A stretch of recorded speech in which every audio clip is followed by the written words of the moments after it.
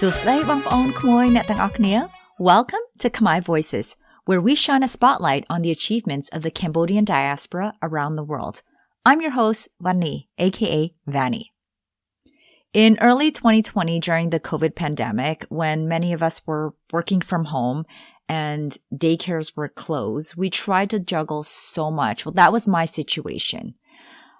And we were all dealing with this mysterious virus too. Working in front of the computer while my 2-year-old daughter was in front of the TV for hours on end, day after day, I was hoping that this would only last a couple weeks, and we all know that it lasted well over that. I had this existential experience, like, why am I doing this? What is the purpose of what I'm doing right now at the end of it all? Like, there's gotta be more to life than this. That and other events that transpired eventually led me to creating this podcast. I felt this urge to connect to something bigger, to something with more purpose. I still feel this way, so like how many of you found this podcast, Khmer Voices, I was searching on Spotify to find other Khmer or Cambodian-focused podcasts to get hooked on. And that's when I came across Khmer Tree. I was immediately drawn to it because it's dedicated to sharing the experiences and stories of Khmer communities. So primarily now focused on the US, but the host does plan on branching out to the rest of the world. I knew I had to get Chad Sammeth on this show. And after sharing his podcast in a mutual Facebook group, this is where I discovered that Chad has been battling cancer, which made me admire his desire to share our stories even more. And here he is, fighting a disease that takes tons of energy from him. And with what he has left, he's dedicating a big part to elevating Cambodians around the world. In previous Khmer Voices episodes, we allocated a good chunk of time to the professional journey of the guest. Today, we're going to change things up a bit. Like, we still briefly talk about his career path from IT to marketing.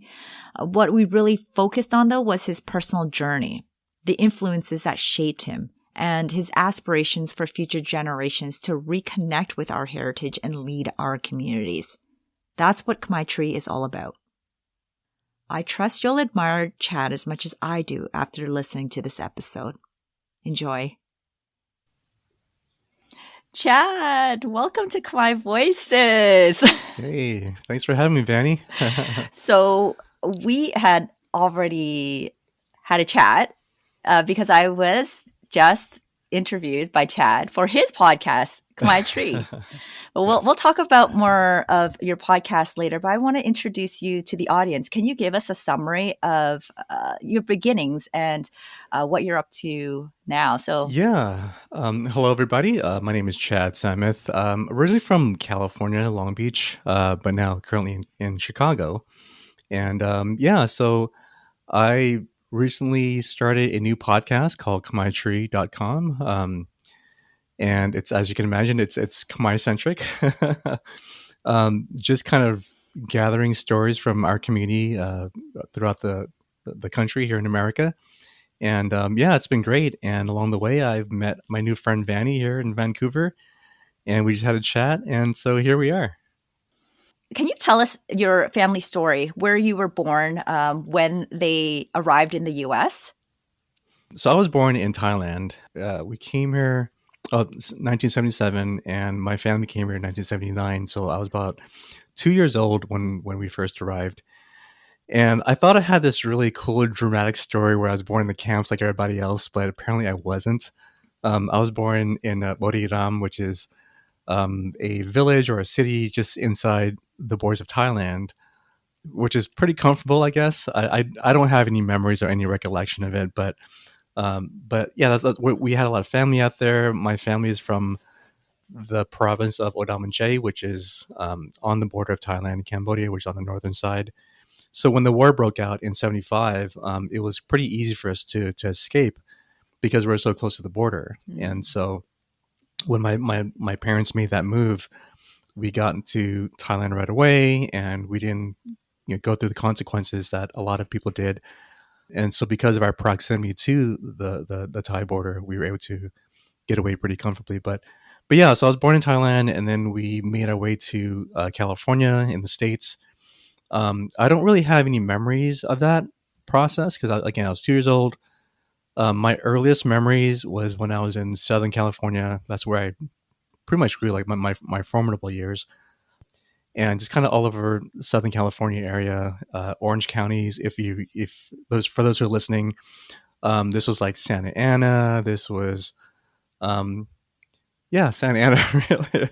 So Orange County is like right below L.A. County, and between those two counties where I spent most of my childhood. And So there's a big Cambodian community in California, and specifically where you're from.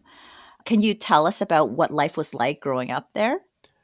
so I was one of the lucky ones looking back, because a lot of Cambodians ended up in like colder climates like Chicago or Lowell, so forth, right? And I take it for granted now because growing up, it was all that I knew, right? All I knew was sunshine in Southern California, and but now that I'm a little more experienced, yeah, it was growing up pretty. We had a pretty steady childhood, and we went through all the school system, the public school systems. We moved around quite a bit because we're always trying to either get away from something, or moving towards something. Long Beach at the time in the 1980s was not a fun place to be in, as you can imagine. All the horror stories that you hear about the gang violence and so forth, that was very real. And so the 1980s and 90s was, my parents had the wherewithal to stay away from all that. Just like your parents are really protective. So I'm one of four siblings. I'm second. I have three sisters, no brothers. So in some ways I was kind of spoiled by my parents because I was the only boy, and my parents or my mom really wanted to protect me or take care of me or whatever. But yeah, but growing up, we didn't come from money. Like our parents, were, I guess, more or less, simple people. They came from the country in Cambodia, so coming to the States was quite an adjustment. Mm-hmm. But my parents, or my dad, found solace in the church. So we were sponsored by a Christian family. I don't know the details of that, but I just knew that a large part of my upbringing was in the church. Right, so a lot of my Cambodian friends, even to this day, are from the church. So if you listen to my podcast, I haven't uploaded yet, but I've had some conversations with my friends growing up during that time, and yeah, we're just kind of reflecting on what life was like, growing up together as friends and as Cambodians and so forth. But wasn't a whole lot of struggle. Like we didn't come from money, but we had everything that we needed. Mm-hmm. But my parents, we always kind of steered away from the Cambodian community, kind of like your story and many others, especially during that time, because again, during the 1980s and 90s, the Cambodian community was not a really safe place, and so we did our best to kind of move away from all that and to be among, quote unquote, the white communities, right? So if you all throughout elementary and high school and so forth, most of my friends were white, like non-Khmer. And so, but my Khmer friends would call me like a coconut and Twinkie, whatever, which is fine. But yeah, so we grew up playing sports and the whole thing, and it was great. But then towards my 20s, I started asking questions like, who am I? What's my roots? What's my heritage? Where did I come from? And so that's when I started leaning more towards our Khmer culture, right? And I started looking around, poking around. And during this time, the internet was just, as you recall, we grew up in a time where there was no internet, right? And so when the internet became more from 1.0 to 2.0 to what it is now, like we had a lot more resources, a lot more connections. Prior to that, I would spend a lot of time in the libraries, right, in the bookstores, like looking up Cambodian, anything on Cambodia, which wasn't a whole lot. But anyways, yeah, so in my 20s, I started asking questions about, who am I? What is Cambodia? Where is Cambodia, and so forth. And so one thing led to another, and I started making friends online. That's where I met Saray. That's where I met so many of my friends now. It's like 20 plus years ago, and suddenly I find myself having, switching from mostly non-Khmer friends to now all Khmer friends. I eventually made the move to Long Beach during a time where people were trying to get away from Long Beach. if you if you can imagine that. So, but I was lucky in the sense that I was moving to Long Beach during a time where it was transitioning in a good way, and this was around early 2000s. Mm. And yeah, so I moved to Long Beach early 2000s, and I plugged myself into the community. And during this time was when they started doing the Cambodian parade, the Khmer New Year parade. And this is the first time ever. It was kind of like history in the making. And then so one thing led to another, one person led to another. I just showed up. I said, okay, I just want to help. And they said, okay, Chad, well, we need you to set up chairs and tables. And so I did that, and I picked up trash, and I just volunteered whatever, things are needed. And over the years, I've met some amazing people that would go on to shape my life. Mm-hmm.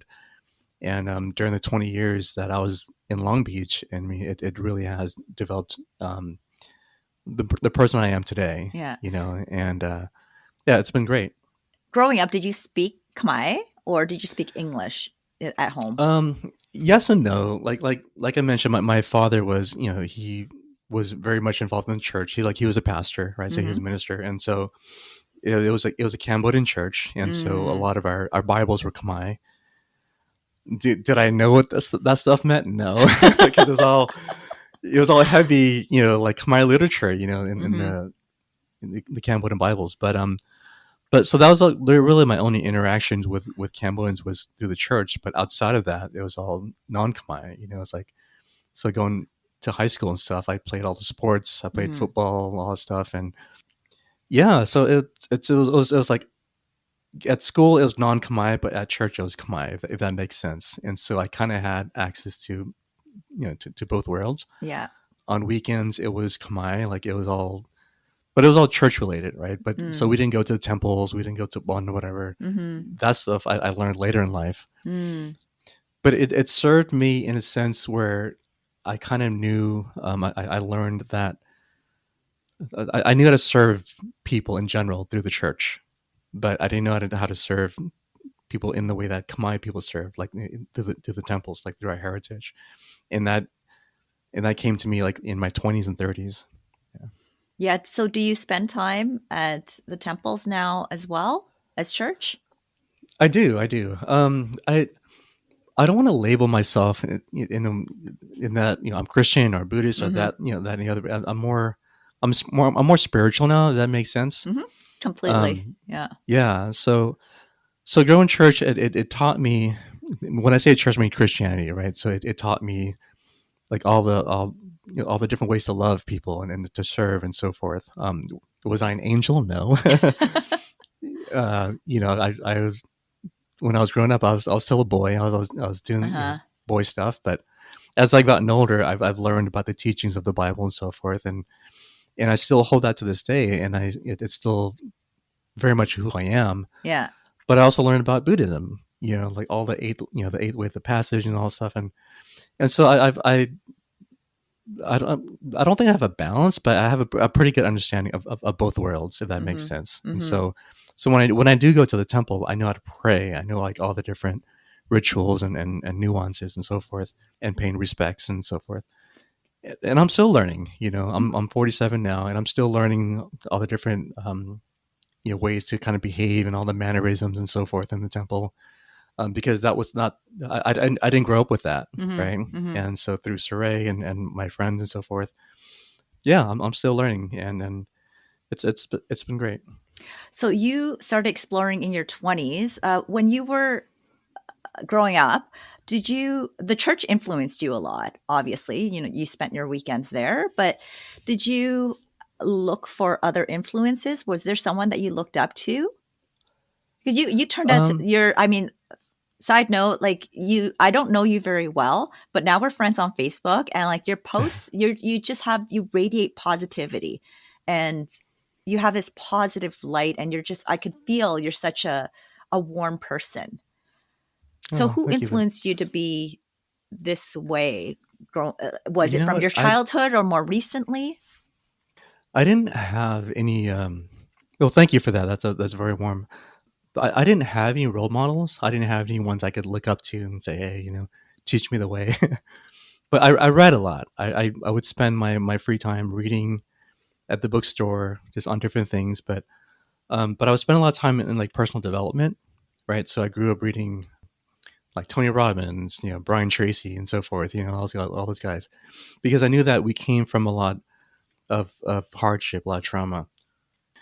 So when I was younger, I used to be really angry. I don't understand why, and I didn't understand why I would react or respond a certain way.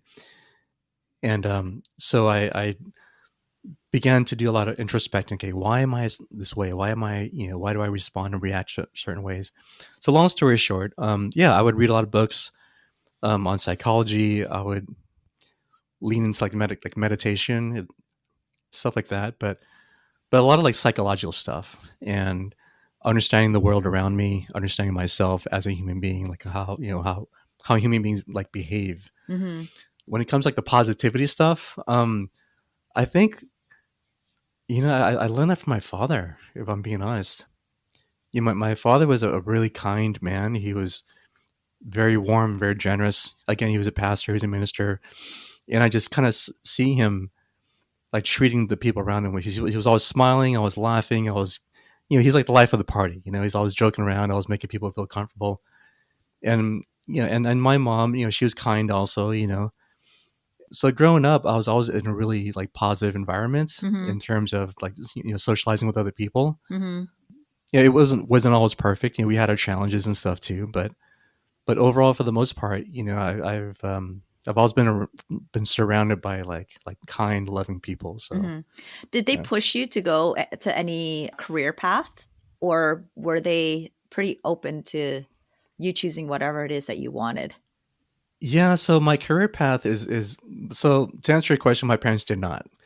There's very little conversation around going to school and university and all that stuff because again, these are country people, right? And my dad was very religious, and so his take was that just be kind, right? Mm. So whatever you want to do in life, Chad, you choose it. Just be kind, be nice to the people around you. And so I didn't. I went to about 3 years of college, and I quickly learned, okay, this isn't for me. And we did a lot of. I started like a lot of businesses, right?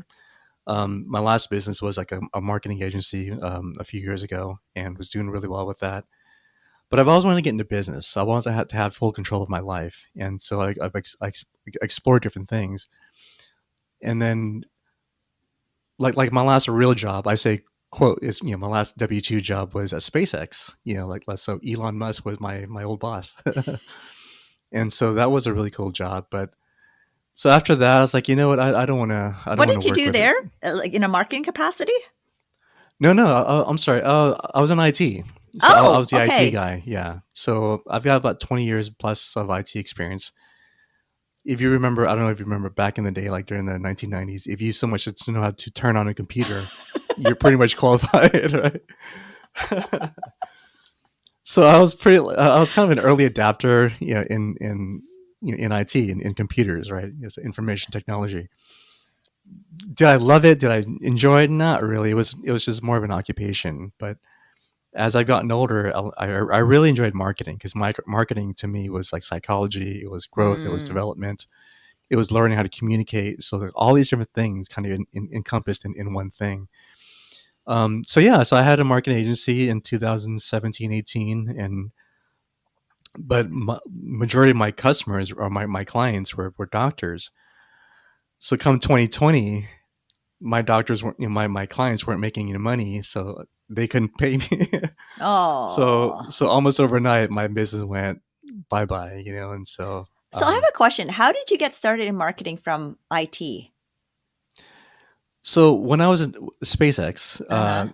I was in the IT department, and they had an anomaly, which was one of the rockets didn't make it, and so they're like, okay, well, Chad, we have to let you go, and along with a bunch of other people. So I was like, okay, well, So I got a severance package. I was like, I want to try something new, something different. And marketing just kind of came up because my thinking, my plan at the time was I wanted to go to Cambodia, right? So I wanted to do something online, something what I can work, to do remotely. So anyway, so I dabbled into marketing, and turned out it was I really enjoyed it. I loved it. And yeah, so I did marketing and went down that road and did pretty well until 2020 happened. Uh, Um, yeah, and then so that tanked, and I was like, okay, kind of a moment to reflect. And then right around the same time, 2020, my mom got sick, and she passed away, unfortunately. And so a lot of stuff was going on, and I was involved in the community in Long Beach at the time. So many things kind of kept pushing me and pulling me, and I was like, you know what, I need to get away from all this. I have to go back to I was offered to come to Chicago to kind of hit reset, but my heart and my mind was always like Cambodia. I want to go to Cambodia. I just want to just live there, try it out, see what it's like. That's like, and then I get sick. I get sick. I get hit with cancer, and life just kind of threw me in a loop. And that was about 3.5, 4 years ago. Yeah, and and here we are. so khmertree.com, like, can you tell me more about that? Because it's a website as well. Yeah, so Khmer Tree it started out like as e-commerce. So if you Uh-huh. go there now, it's like these mugs and Mm-hmm. maybe some T-shirts, whatever. It's just something that Surrey and I wanted to work with. It was like a passion project, and it And was something Saray, just that to clarify, is your wife. yeah. I'm sorry. Yes, Okay. I also yeah. So yeah, so Surrey and I we wanted to go to Cambodia, and Khmer Tree was kind of like this thing um, that we're working on together. But when I was sick in the hospital and everything, and for those who are here listening and watching, I have cancer, and you've been battling that for the last 3.5, 4 years, which is why my voice is kind of. But yeah. So and so it sat for a while, and I was like, you know what? When I was in the hospital, I had some time to think and kind of reflect. And so, long story short, I was like, I want to do a podcast because the last 20 years have been very formidable in my personal development, and I've met some amazing people in Long Beach and throughout the country, but primarily Long Beach. Mm-hmm. I was like, I want to record these conversations. I want to. There are people that I really want to highlight, people that want to to say thank you and so forth. So Commodity, which started out as an e-commerce, kind of evolved into a podcast, or both and so after much thought, I started interviewing my friends like last year of May, right? So it's what 2024. And like you said, Chad, or you were saying to me earlier that I have a way of stacking conversations instead of like doing one by one. And so the way my brain works, I can just I figured it was just easier if I just kind of interviewed people, or my guests in clusters, right? And so I did that. I started interviewing people last May, and I think at the moment as we're speaking, I have about 70 plus episodes or interviews that I've Wow. compiled. I've only published about 20, 25 or so at the moment, but yeah, I have more that I need to edit and so forth. But yeah, in the process of doing so, I've learned so much about my friends, our Mm-hmm. communities, our people, because this has become more intentional, and more deliberate. And in the process of doing so, it was like a deep dive into my relationship with my friends that I thought I knew for the past 20 years, but apparently I don't. Um, and then along the way, I would meet new people right here in Chicago, and then eventually people in Lowell, Massachusetts. And so my knowledge and my understanding of our people and our culture has really expanded. And now I'm meeting you in Canada, so it's been great. Mm-hmm. Mm-hmm. Does your wife work for the website? Like, does she help you with the website, or is that your She baby? Okay. No, she does all the design work. So Mm, she likes to draw and design stuff, and she does because all the designs that you see, that's all her. I'm yeah. just a guy with the voice. So um, is this your basically your job now? yeah, you can. Okay. I guess you can say that because so when I got hit with cancer, I wasn't able to work like Mm-hmm. I did before because what I did before required a lot of traveling. Mm-hmm. And so What was because I that? couldn't travel, I'm sorry. What was that that required a lot of traveling? Marketing. Yeah. So Oh, when for I was your in, yeah, agency. Yeah. Hmm. yeah. So with my agency, yeah. So I did a lot of traveling, a lot of consulting. So I would go to, I would go to like a lot of workshops, a lot of conferences, and things like that Mm. to generate business. So my body just couldn't take that on anymore. So now I'm just kind of taking a break from all that. And so this is my baby now. And Very cool. yeah, and like you in some ways, it's also like a spiritual experience for me too, because it's allowed me to reconnect with my culture and my Hmm. heritage and my community. And even though I'm here in Chicago, it's allowed me to reconnect with my friends back in Long Beach, Hmm. in a way that's more it's more intentional, Hmm. and I stress intentions because, as I was saying before, it's hard to see the picture when you're in the frame, right? So when I was in Long Beach, I was being pushed and pulled so many different directions, and it was all great. I loved what I was doing, but I was just in it. When you're in the gist of it, it's hard to really see yourself, until I came out here. I had to kind of slow down, hit pause, and like look back and reflect and kind of see where I was, or during that time. And yeah, it's Long Beach in the last 15, 20 years has been so formidable and so transforming, both for myself and the community also.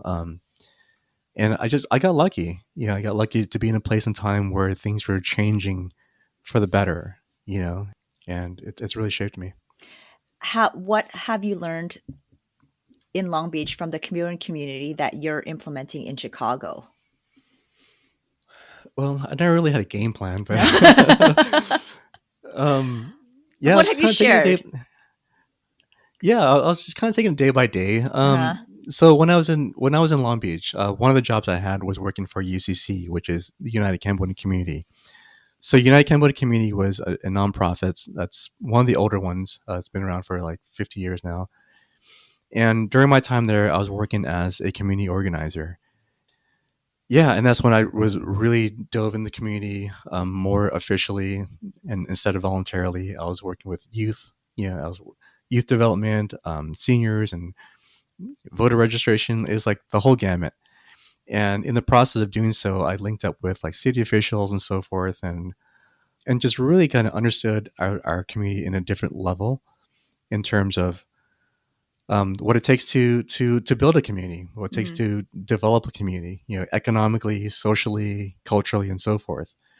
To have structure. And during the same time, Cambodia Town was still kind of its formable years. I believe it's like 17 years now, 17, 18 years, Hmm. Cambodia Town. So imagine being there from the very beginning, when it was still in conversation to what it is now, like what you see. I was there for the very first parade. To see what it was then to what it is now, it's been pretty incredible. Is the area actually officially called Cambodia Town, or has it just been adopted because there's a bunch of Cambodian businesses and where all the significant events happen? No, it's Cambodia Town, like legit. It's on the Oh, map. that's so cool. Yeah, yeah, yeah. So if you go to Google right now and you Hmm. look up Cambodia Town, it's on the map. And then if you go there Nice. in person, Uh-huh. you'll see the signs that says Cambodia Town. And they're also, as we're speaking, they're working on a gateway. Hmm. So when you go there in a couple of years, you'll see like a gateway that they're working on. Kind of That they like want to. Chinatowns you see all over Yeah, the world. yeah, Okay. All exactly. right. So it's coming together. I mean, it's still developing. Long Beach isn't what it used to be again back in the 80s and 90s when there's a lot more of us, Hmm. but it's still taking shape. Okay. I want to go back to your childhood a bit. You described your childhood as very comfortable.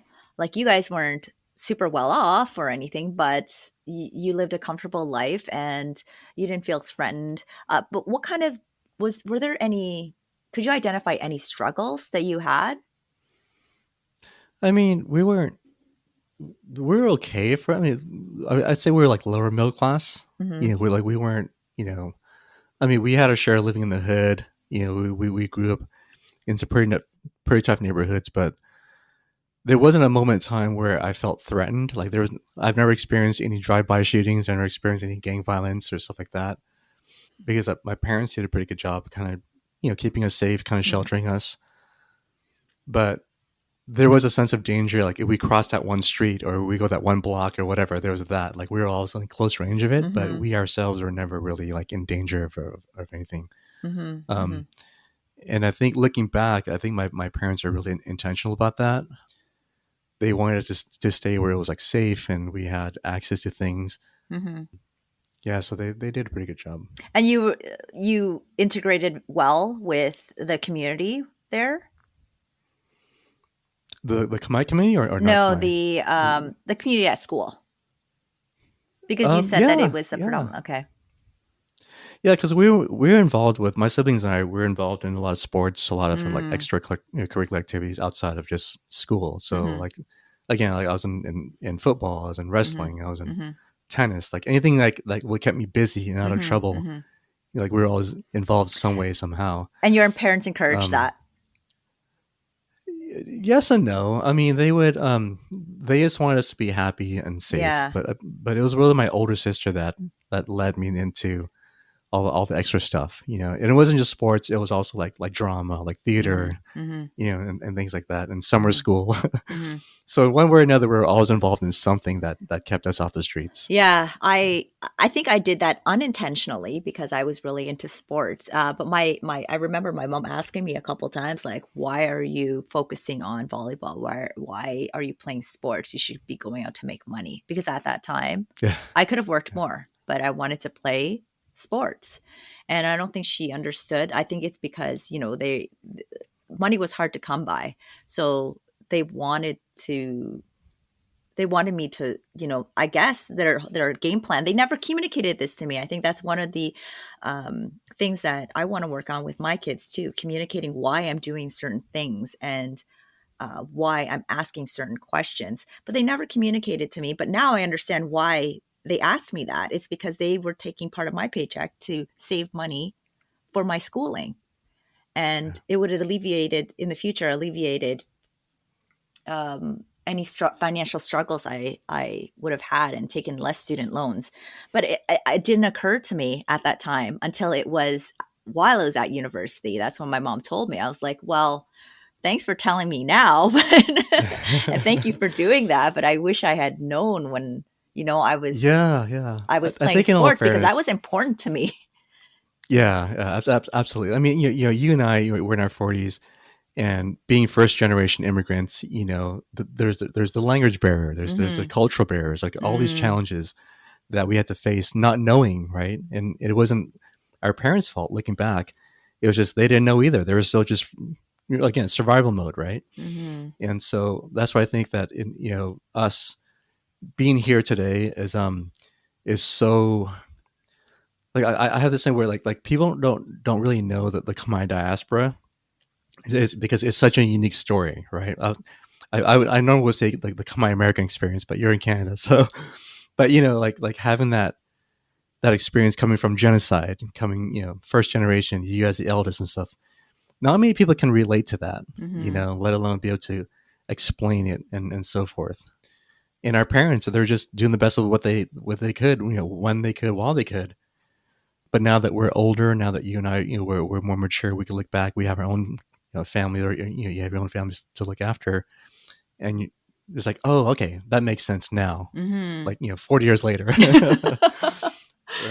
Yeah. And I say this, and I'm speaking on behalf of other people, other friends that I've interviewed as well, because they all pretty much say the same thing. You know, it's like, you know, we have all these challenges and hurdles and barriers to overcome and push through.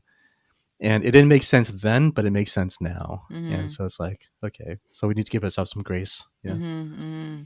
So going back to Chicago, you mentioned the sarong party. Can you tell me more about that? Oh yeah, the sarong party, the fabric that binds. Yeah, so the sarong party started about 15 years ago. I think it was 2004 or ish. It started in our apartment in Long Beach. Oh, in Long Beach. Okay, I thought it started in Chicago. All right. No, this is back in Long Beach when wearing a sarong in public was not a cool thing to do. It is now. I wear my sarong in public. Yeah, no, it's great now. But back then it was, you know, because it was during a time where being Khmer was not like cool, not popular, or not what it is now. but it was like, we want to do something different, unique. We want to celebrate our culture, right? But it's something that's a little different, unique, more at home, just with our friends. And someone brought up sarong party, and it was like, okay, that sounds. So it's not really my original idea, but I was the one that took action, that made it Mm-hmm. happen. So fast forward, it started out with 10 and then 20, and then just kind of grew over time. And then, 12, 15 years later, there's like hundreds of people, and it started popping up in different cities, different countries. And yeah, so it's really evolved and Is it kind just of a out of my gathering control. of people wearing sarong? Yeah. Yeah. You can just imagine like a party, just a in a sarong, and celebrating Khmer culture. Uh-huh. And so it's not the most unique idea, but it's like, it's there's a sense of unifying, Yeah, you know.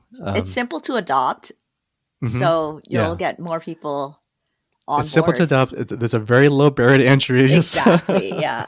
bring your sarong, a karma, and a good attitude, and Hmm. and it goes a long ways. Are you still hosting these sarong parties? Yeah, so I had one last year here in Chicago. We brought it here to Chicago at Khmer Cuisine. So shout out to Mona Sang. So we had about 50 or so people, and it was for my birthday, so last August. Yeah, it was the first time the sarong party here in Chicago, and now we want to do one in Lowell, Massachusetts. Hmm. So, Um, yeah, Lowell, Massachusetts. And yeah, yeah. do So you know a lot of people there? I don't, but we plan to go to Lowell in August for the water festival. So Uh-huh. if And we then can you're make it just going to happen. invite people to like where you're staying and ask them to wear a sarong? Kind of, I guess. Okay, cool. I mean, we don't really have a game plan. It's like, hey, we want to do this thing, and we'll just do the best we can. It's got to start some way, somehow. But Oh, that's you know what? That's a good idea. We are gathering like a bunch of Khmer people here in the Lower Mainland. We're gathering for a barbecue, a krung party yeah, on the beach, and maybe like a optional dress code is wear your sarong. yeah, that's it. It really is that simple, Fanny. I mean, it Uh-huh. is. It has to be. It doesn't have to be calculated or anything extravagant. It's really just bring your sarong, put it on, Hmm. especially the rubber band, Yeah, the yeah, sarong yeah, yeah, kalsu. yeah. I don't like the ones where you have to like tuck in. It like that Yeah, constantly falls off. No, not rocking that. exactly. Yeah, so you have options, sarong kalsu. You have, but it's just funny how it Uh-huh. has evolved, and people really adapt to it and just kind of just embrace it, because Yeah. again, because it's so simple. Uh-huh. You don't really have to dress up I mean, people really do dress up. They really like doll themselves out. Uh-huh. But it's one of those things where you can really, you know be extravagant or keep it really simple. Right. So I yeah, love that it's so grassroots. Like there was no mass marketing done on it. It was just yeah, word of mouth. yeah. It's Amazing. word of mouth. We just want Yeah. to hang out, I'm going to and start that in the Lower Mainland. Thank you for the idea. please, yeah, yeah, yeah. I don't own it, so for those who are listening, watching, whatever, yeah, please. My one of my dreams is also to have like a global sarong party. Yeah, can you imagine that? So like in Cambodia, in Canada, in the States, in Uh-huh. Europe, in Uh-huh. Australia, like wherever there are. I mean, you don't have to be Khmer, Yeah. but just the idea of like of having like a global sarong party, like one day in time, we all come together virtually and just do this thing. Chad, make it happen. It seems pretty simple, right? Like pick a date and time and make it happen. Yeah, yeah. I think the dressing part is the easiest Yeah, part. It's exactly. just the Yeah. community. It's just getting the word out there that we want to do it at a certain time and date. Yeah, yeah. So I think with you being in Vancouver, you want to gather like Khmer, Hmm. together and do something unique. I mean, I think that's a pretty Pretty easy achievable, one to pretty get, feasible. yeah, Yeah. to get started on. Uh, Hmm. so you mentioned in your 20s you met a bunch of people that really shaped you now. Can you tell me a little bit about them? Some of the people that inspired you? Oh man. There's so many, but I'll start with the founders of Cambodia Town. So Richard San and his wife Satya San. We had to sit down like 20 years ago, and so they're like, hey, we want to do this Cambodia Town, and it was all new to me. This is this foreign idea. Now it's so common because we hear it so often, but back then it was like this foreign idea. And we're like, well, why not like call it like little Phnom Penh or something? Because we're such a small community. And they're like, no, we want to make it Cambodia Town. We make it big because we're big, but and so when she said that, it put a seed in me in that she was thinking like big, like we are to be reckoned with, And it wasn't so much the idea, but the feeling that she impressed on me, which was, hey, like we deserve to be recognized, we deserve to be in the spotlight, we deserve to be praised, and so forth. And I went with that, and I think a lot of people felt the same way too. So yeah, so Richard Satia-san, if you're listening, watching, shout out to you. So thank you for that. And there's so many more people, just my personal friends, Saray, of course. Yeah, for those who are in Long Beach, if you're in the community, you guys know who you guys are. Just know that you guys have shaped me in some way, somehow. But and I imagine the people that you've already interviewed on your podcast. Yeah. Just go to my podcast. There's a bunch of people, both Long Beach and even outside. Because as this thing continued, I realized there's a lot more people outside of Long Beach that was also kind of thinking the same thing with the same frame of thought, in the sense that we all want to elevate our people. We all want to raise our visibility. We all want to come together and, like you said, like celebrate our culture, our people. And so that resonates with a lot of people. Mm-hmm. And I just happen to be lucky to be in a place where there's a lot of that going on, like on a regular basis. Are there any people that you met recently that you look up to, or that you're like, wow, they're doing some cool stuff? I mean, here in Chicago, I have my friends Khmer American and her husband Sapan Kun, and we have Mona Sang, which is the owner of Khmer Restaurant or Khmer Cuisine. You're talking about recently, so yes, and also, so quick shout to so I'm still learning my way around Chicago. I'm still the new guy, but apparently Cambodians in Chicago have been here since like the 1970s. You know that? Yeah, 1975. And a lot of people don't know this, but I really want to put Chicago on the map because it's kind of slept on, and it needs to be more visible. But we're more scattered. Like how here it is in Vancouver. Yeah, we're more scattered. We come together on special occasions. Mm-hmm. But it needs to happen more often. Like in Long Beach, we kind of take it for granted because we're like, hey, let's hang out this weekend or right now, and we'll just come together because there's so many of us. But here, it takes a little more effort. Mm-hmm. But yeah, so going forward, I would love to see more of us kind of stepping up into like leadership roles, because our parents are fading out. They're getting older, or like both my parents have passed away already. So we wanted to for our generation, the 1.5s, to really step up into like leadership roles and just come together, just have fun, just like to grow together. Mm-hmm. What are your aspirations with khmertree.com? So the shorter answer is I don't know. I mean, I would like to see it, become a connector for our people. Like with my health situation, I don't really know what the outcome is going to be, but if I can just dream a little bit and have it my way, I would say have all of our friends use it as a platform to connect, to build, to develop, to dream big, right? To dream big, aim high, because it's been 50 years since we've been in, since the war, since the genocide. 50 years, 3-4 generations later, we're not refugees anymore. Mm-hmm. And we need to remind ourselves that we came from a rich culture, we came from a rich heritage, and that's what we need to reconnect with. And and so I'm not saying to dismiss, the Khmer, to dismiss what happened, but to remind ourselves, like, we came from greatness, right? Like we came from like richness, and so we need to like build upon that. Yeah, I feel like what's happening now is so aligned with what you're saying. Like, you're doing your thing, I'm doing my thing, and then I see people all over the internet just sharing our culture too. And I'm so proud of the second generation now, where they know more about our culture than I do. And I just feel like, oh my goodness, I have a lot of catching up to do. Yeah. Yeah, the second generation, I mean, they're picking up where we laid off. Like, Mm-hmm. so the first generation, like our parents' generation, they did all the hard stuff. They Mm-hmm. got us here. They went through all the trenches. They brought us during a time where there was no internet. There was no resources. There was no smartphones or whatever. And then some of their trauma kind of fell upon us, like the 1.5. Mm-hmm. And so it's like we all kind of did our own. We all pitched in some way, if you will.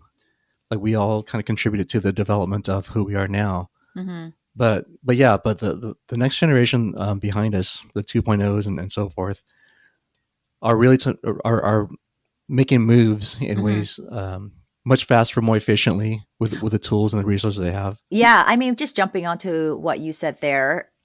Yes, the 1.5 generation, we figured out the path. Like we had to learn how to navigate it, right? So it makes sense that we took a bit longer to finally find ourselves where we are now.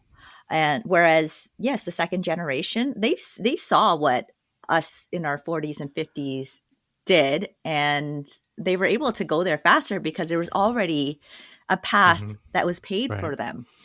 Yeah, and to give ourselves a little more credit, like the 1.5, some of us had to raise our own parents. Hmm. We had to be And translators. Yeah. we had to be translators. We had to translate like government documents Hmm. and so forth, and we had to raise our siblings, like Yeah. in your case, right? You Hmm. being the eldest. So we had a lot more challenges, a lot more hurdles to overcome. But yeah, so for the next generation, if you're listening, if you're watching, like this is really an opportunity to really take things to the next level, much more faster, more efficiently, and so forth. Less trauma. Hopefully, yeah. Yeah, and Talk about it. yeah, the trauma is still there, Hmm. and healing is still a very big topic in our community. But I think the more we have conversations like this, the more we connect with each other, the more we gel, because we're so few and far between. Like here in the States, here we have, like, last I checked, it was like 350,000 people across the whole country, which is not a lot when you compare it to Cambodia. So in Cambodia, there's about 17 million people. Mm. And when you look at the country of Cambodia, like the whole country fits into the state of Texas. It just felt like a visual perspective, right? Hmm. So once you have that frame of reference, it's like, oh crap, okay, so Cambodia is actually a small country, but much bigger in population, obviously. While here in the States, there's 350,000 of us, but we're more spread out. Hmm. So the effort that we need to make to come together, It's there's a lot greater. more involved, Yeah. right? So I can only imagine what's like in Canada.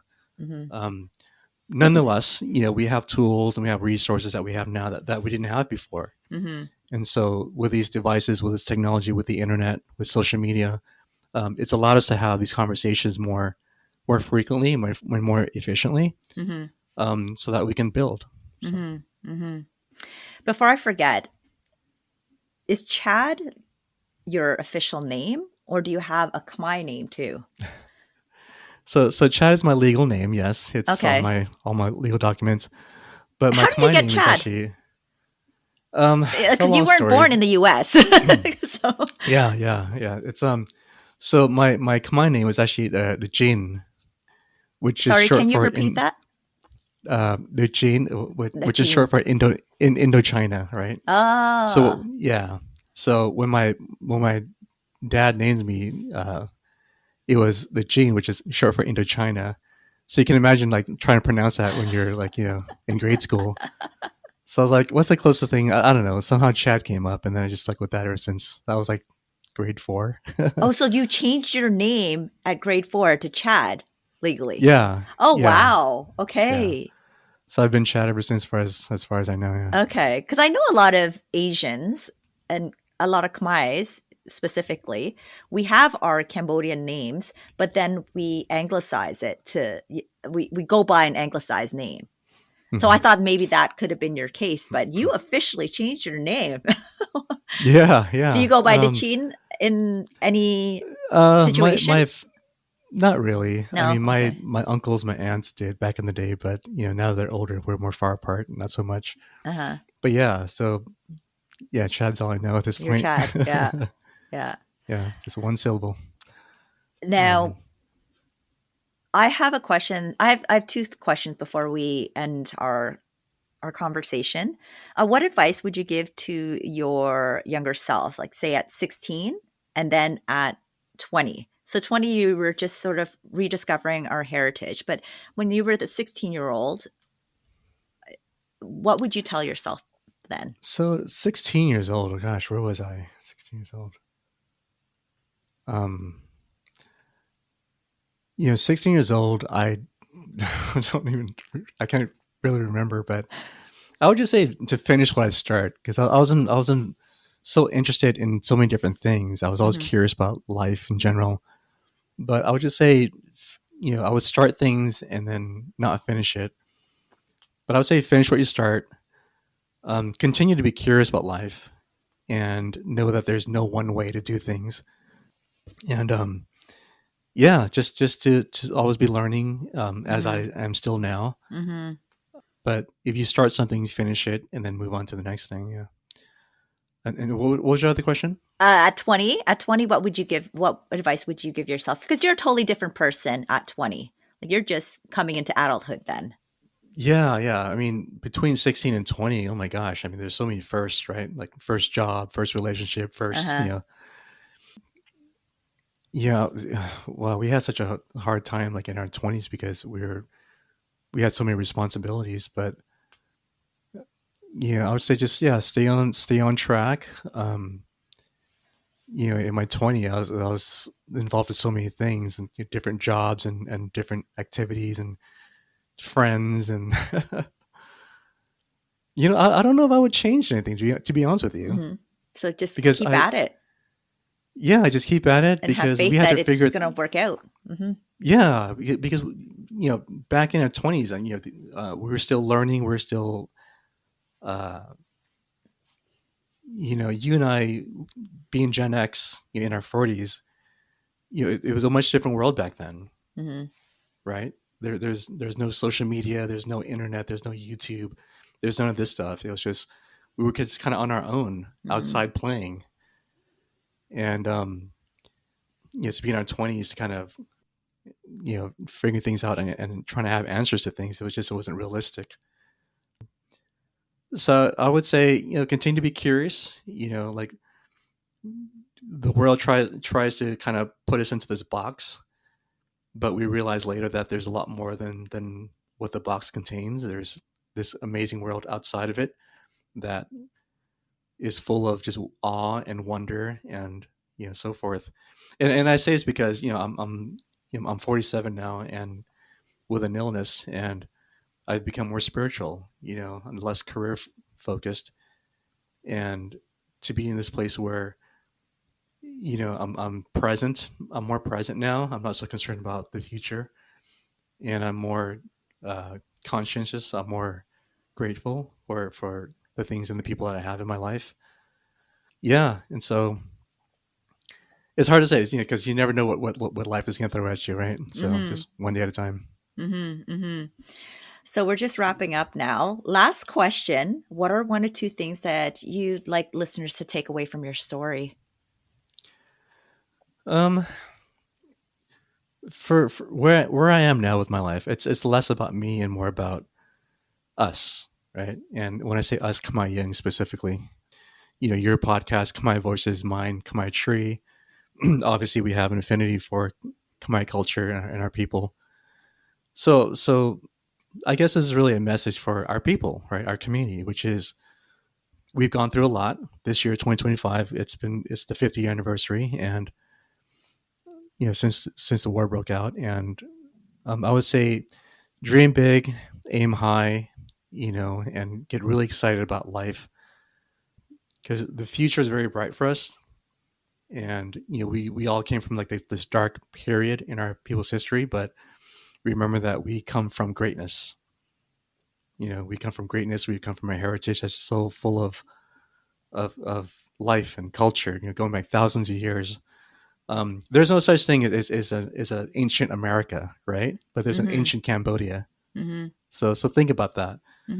Think about where we came from, learn about our people, learn about our culture, and go from there, and just and work our way back to greatness.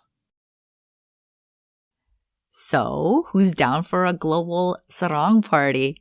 Let's make Chad's dreams come true, guys. How much fun would that be? Let me know if you're down. Akun Mong Chad for taking the time to share your personal journey in connecting and celebrating Cambodian communities. Again, I love and admire the work you've done and are doing for our community. I love that you hold in your dreams a mighty future for us. And I'm so happy you were able to share your why here, and that it's not about you, but our community. Go check out Khmer Tree podcast on Spotify. And if you'd like to connect with Chad, you can find him on Instagram with the handle khmer.tree. If you're enjoying Khmer Voices, please let your friends know about it. Som akun chran for listening, guys. And we'll be back in 2 weeks.